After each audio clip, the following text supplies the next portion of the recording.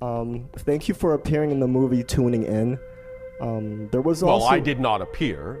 The channel's body appeared in it. Thank you for that clarification.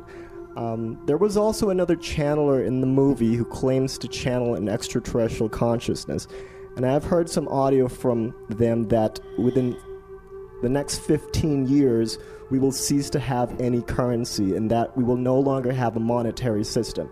I'm just curious to know your perspective on this.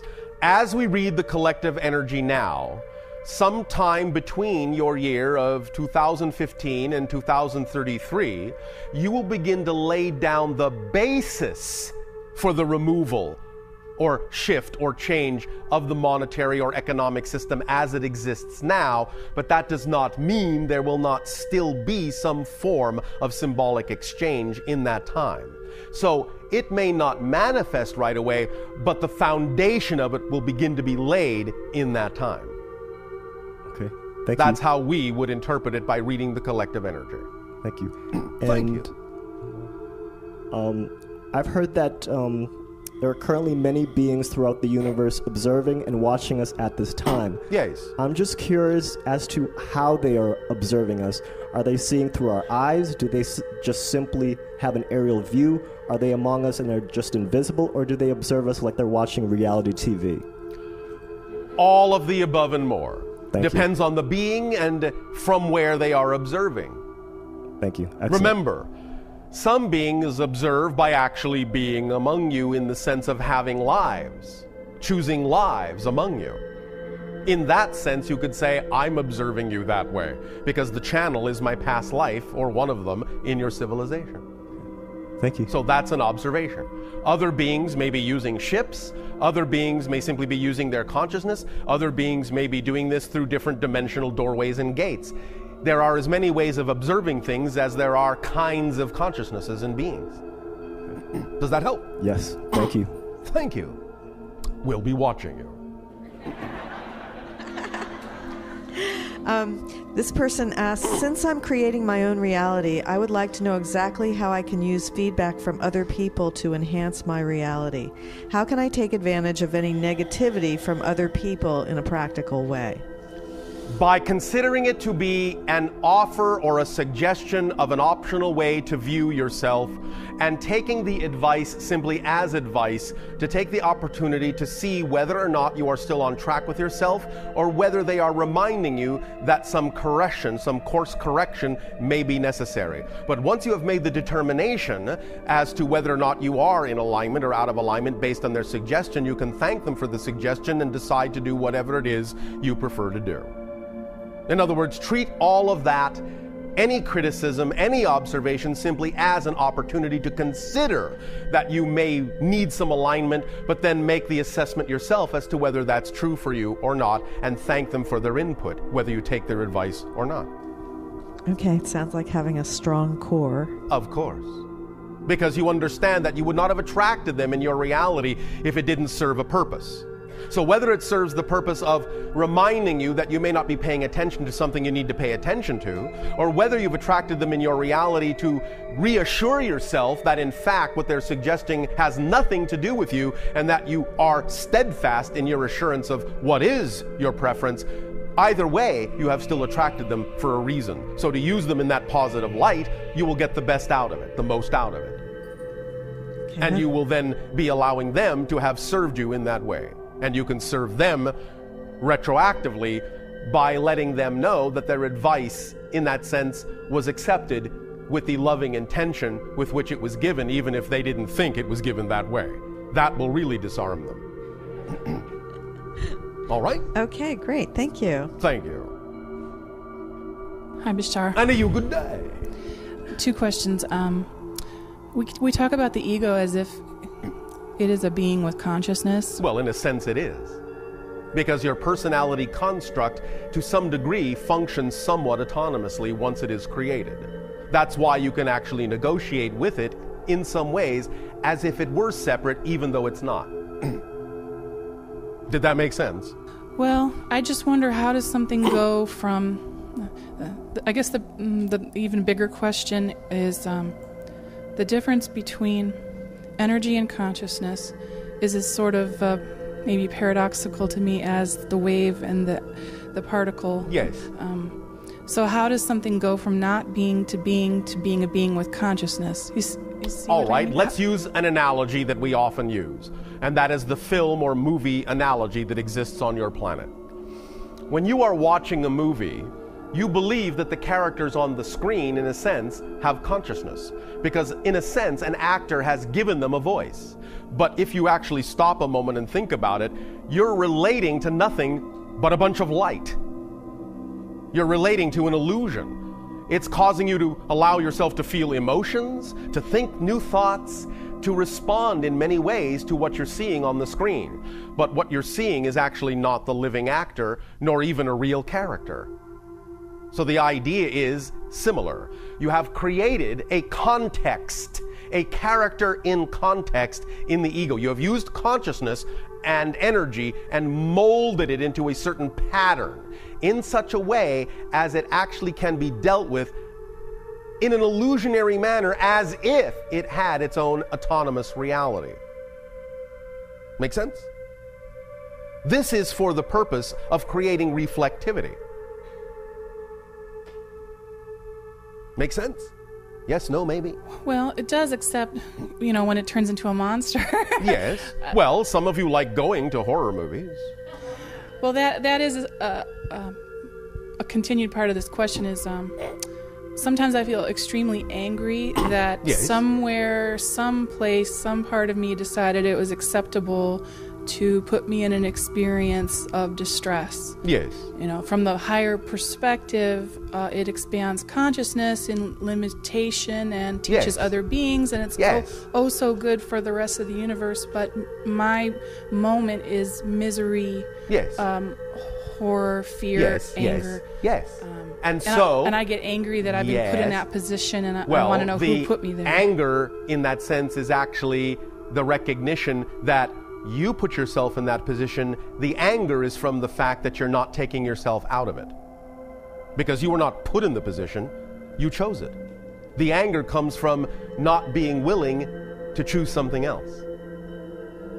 So you can use the anger to find out what the belief is that you have bought into that makes you feel like you should not choose something other than those negative experiences. That's what the anger comes from. You're angry at yourself for not choosing something different, and you can't figure out why you're not choosing something different because you're not in touch with the belief system that makes it seem all right to continue in the way that you have chosen in the first place.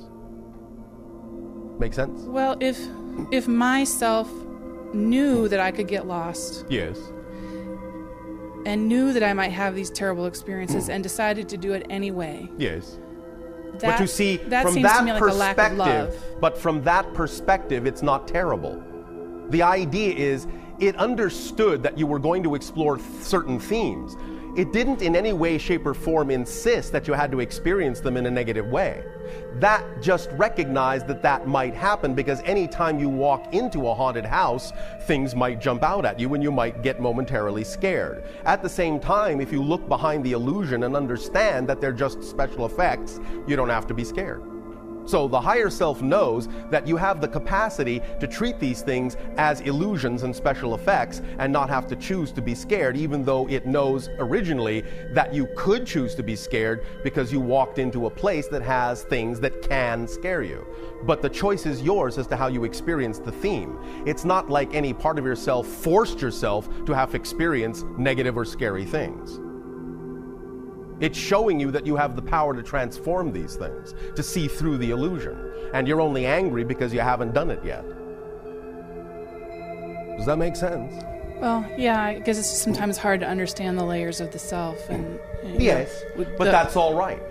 The point is to not be angry at yourself for not understanding. That's the first step. And then you give yourself a break and say, it's all right that I don't understand. The paradox is, it has to be all right for you to be angry. It has to be all right for you to not understand in order to actually let go of the anger and to understand. But you're not all right with that. And so what you're doing is you're devaluing an experience. You're devaluing the idea of dark side as a valid experience. And by devaluing it, You're attempting to push it away, and by attempting to push it away, you recognize it becomes a spring that has nowhere to go except to bounce back, stronger and stronger and stronger. So the idea is you have to accept that negative experiences are part and parcel of at least what's possible, and that they are valid as choices. When you validate that the dark side is a valid choice, then you don't have to choose it. The only reason you're having a tough time getting away from it is because you will not accept that polarity is part of existence. Make sense? How do I get to the point where I do accept it? The idea, again, is to recognize that without the dark side, you wouldn't know the light. So the darkness gives you the opportunity to actually see what you prefer. Okay. So you have to validate it as having a reason for existing and not judge it to have no place in reality. You contain dark and light. You contain positive and negative. You contain polarity. You always will.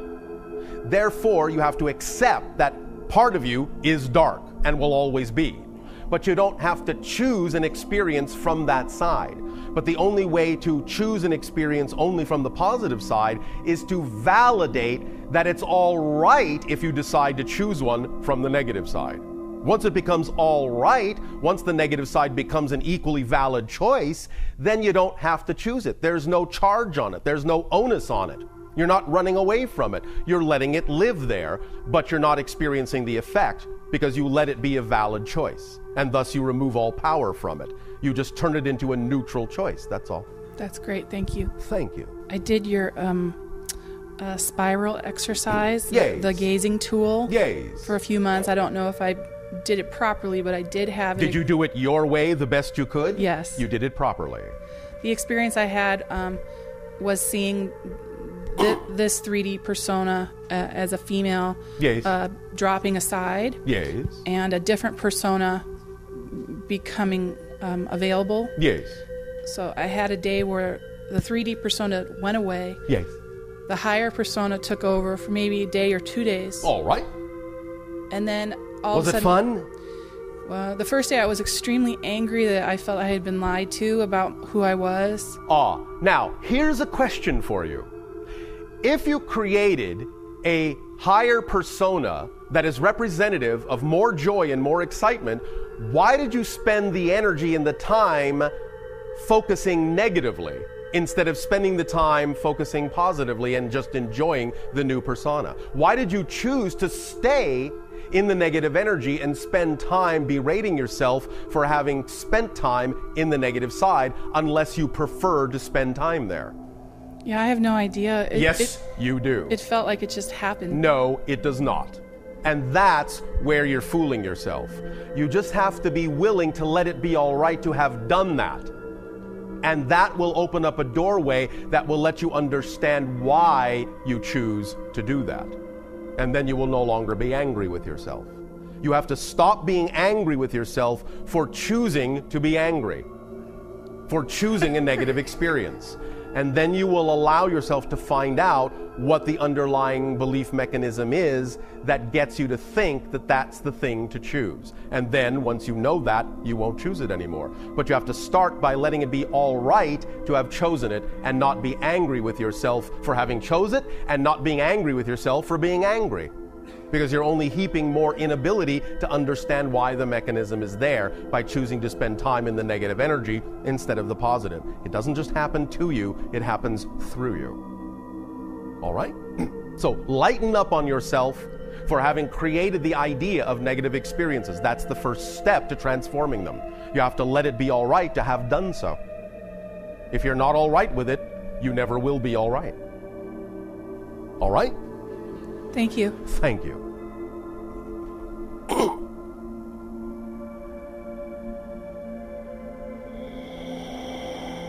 Hello, Bashar. And to you, good day. I'm very grateful to be able to interact with you today. We thank you for the co-creation of the interaction. And I wanted to take the opportunity to, because I've been seeing you since I was a child, Yes. to let you know that although, I'm sure you know on some level, but that although I haven't always been in the awareness state, maybe to accept all the information you are giving me, that... Well, All you need to accept is all the information you wish to accept. Okay. Well, then let me say that through recording equipment and being able to play these things back, I've been able to understand on a deeper level, and I appreciate that. Oh, well, we thank you, and we appreciate your willingness to do that for yourself. Okay, thank you. Because that makes all the difference in the world. Yes. Literally. Thank you. So I wanted to ask you Yes. a question about frequency Frequency and vibration. and vibration.